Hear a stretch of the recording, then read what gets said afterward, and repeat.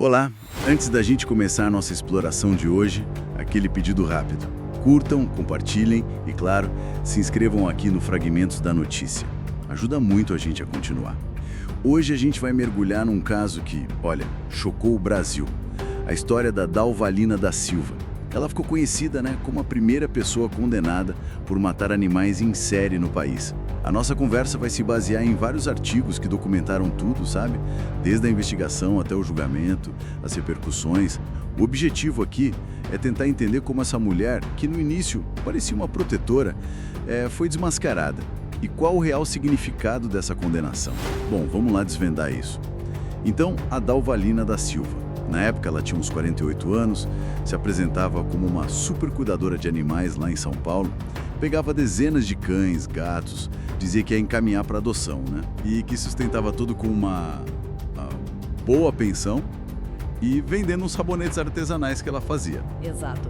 E o que chama atenção logo de cara é a escala disso, A Juliana Bussa, que é da ONG Adote um Gatinho, começou a achar estranho lá por 2011 como é que uma pessoa sozinha, sem nenhuma ligação formal com ONGs grandes, conseguia lidar com tanto animal. Era um volume que nem abrigos já estabelecidos davam conta, sabe? E isso levantou a primeira pulga atrás da orelha. E essa desconfiança só aumentou, No comecinho de 2012, parece que uma conhecida da Juliana entregou tipo 16 gatinhos para Dalva. Aí quando a Juliana foi lá pedir os gatos de volta, a Dalva deu uma desculpa muito esquisita.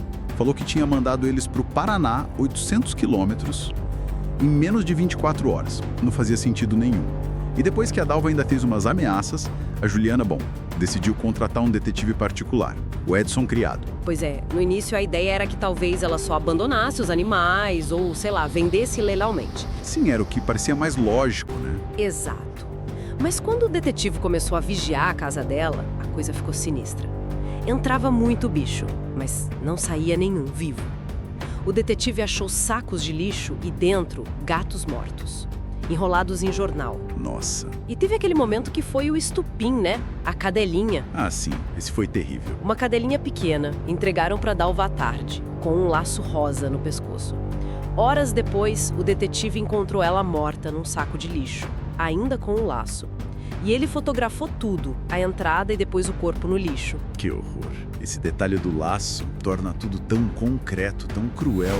Devastador. E a dimensão, Durante os 22 dias que o detetive ficou de olho, ele registrou a entrada de quase 300 animais na casa. 300? E a forma de descarte, escondendo no lixo, já mostrava que ela queria ocultar tudo, Uma ação deliberada. As necropsias só confirmaram o pior.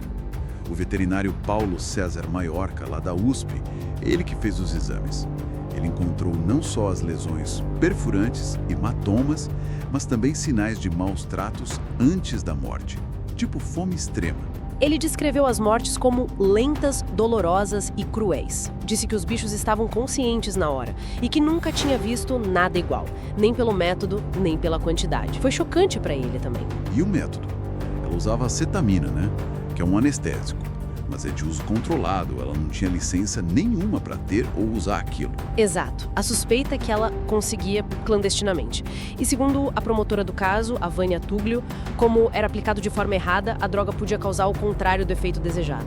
Em vez de sedar, podia causar taquicardia, agitação, um sofrimento que durava de 20 a 30 minutos. Terrível. E a morte vinha por múltiplas perfurações. Teve uma cadela que encontraram com 18 perfurações. Isso causava hemorragia interna, choque hipovolêmico. Basicamente, o animal sangrava até morrer. Na defesa dela, a Dalva tentou dizer que só matava animais em estado terminal, uma eutanásia para aliviar o sofrimento, segundo ela. Mas não colou, De jeito nenhum. As perícias provaram que os animais eram saudáveis. O tribunal foi claro. Ela agiu com deliberada intenção de matar. Ponto. O advogado da Adote um Gatinho, Rodrigo Carneiro, que acompanhou tudo de perto, ele levantou a hipótese que muitos compartilham de que ela matava por prazer. Considerando o perfil dela, Viúva de médico, morava bem, vida aparentemente confortável. Qual seria a outra motivação? É uma questão que perturba. E o processo na justiça foi longo. Ela foi condenada em primeira instância, acho que em 2015, a uns 12 anos e meio. mas aí recorreu em liberdade. Isso. E em 2017 veio a condenação em segunda instância e a pena ainda aumentou. Foi para algo entre 16 e 17 anos. As fontes variam um pouquinho no número exato. E ela ainda tentou fugir depois disso, né? Mas foi pega. Foi capturada em fevereiro de 2018. Aí sim começou a cumprir a pena em regime semiaberto lá em São Paulo. Que é aquele regime que a pessoa pode sair para trabalhar durante o dia, mas tem que voltar para dormir na prisão. Essa condenação foi um marco, né? Totalmente histórica. Foi a primeira condenação por maus tratos a animais em série nesse nível no Brasil. A própria juíza Patrícia Álvares Cruz, na sentença, fez uma comparação forte. Ela comparou a Dalva a um assassino em série de humanos. Falou do ritual da falta de motivo aparente. Especula-se que foram milhares de animais, né? Ao longo de anos, talvez décadas. Alguns falam em até 30 mil. É um número que a gente nem consegue processar direito. É assustador. E esse caso, sem dúvida, ajudou a impulsionar o debate sobre maus tratos no Brasil. Contribuiu para endurecer as leis, como a Lei Sanção, de 2020, que aumentou bastante as penas para quem maltrata cães e gatos. Então, resumindo um pouco, a gente viu a fachada de protetora desabar completamente para revelar uma crueldade, assim, extrema. E tudo isso culminou numa condenação inédita que realmente colocou os maus tratos a animais em outro patamar de discussão na sociedade brasileira. E fica uma reflexão final, né? Algo que as fontes que a gente leu mencionam bastante. Estudos, tipo do FBI, e pesquisas que são citadas, como no livro do Marcelo Robes Nassaro, apontam muito para uma ligação entre crueldade contra animais e, depois, violência contra pessoas. Que lições a gente pode tirar desse caso? Sobre a importância de olhar para o abuso animal não só pela vítima animal, mas como um possível sinal de alerta, sabe? Um indicador de perigo maior para a comunidade. É algo para se pensar, realmente. Bom, esperamos que essa análise tenha sido esclarecedora para quem nos ouve. E não se esqueçam, compartilhem este conteúdo e ativem o sininho para ficar por dentro das próximas investigações aqui no Fragmentos da Notícia. Obrigado e até a próxima. Você já ouviu falar do site Free Bitcoin? Muita gente está usando ele para ganhar Bitcoin sem investir nada. Isso mesmo, sem colocar um centavo do bolso. Não é jogo do tigrinho, não é aposta. E você não vai perder dinheiro, porque não precisa investir nada para começar. E o melhor, eu tô usando um robô que faz tudo sozinho para mim.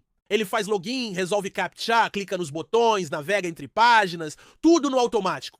Mas olha só, se você não quiser comprar o robô, também dá para começar no site só clicando. É 100% gratuito para testar. Quer saber como funciona tudo isso e começar ainda hoje? Então clica agora no comentário fixado aqui embaixo. Lá eu deixei o link e uma explicação completa.